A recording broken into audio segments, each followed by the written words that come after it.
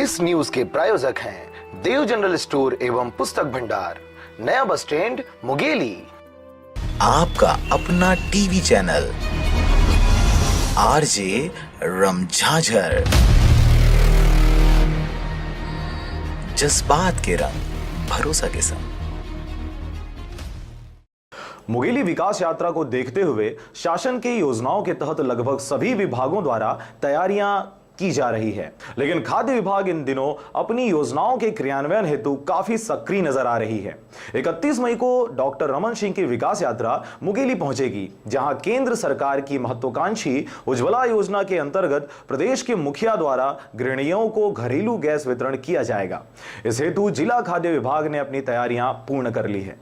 हाँ, माननीय मुख्यमंत्री जी का दौरा जो 28 तारीख को था वो परिवर्तित होकर 31 तारीख को हो गया है, जिसमें बहुत उत्साह के साथ लोगों में आगे आने की भावना है। और इसी के मद्देनज़र रखते हुए जो हमारी प्रधानमंत्री विस्तारीकरण योजना है, जिसके तहत 1000 हितग्राहियों को गैस कनेक्शन वितरण करने का हमने योजना बनाया है। और माननीय मुख्यमंत्री के आगमन पर इन 1000 हितग्राहियों को पूर्ण रूप से लाभान्वित करने का लक्ष्य हमने रखा है।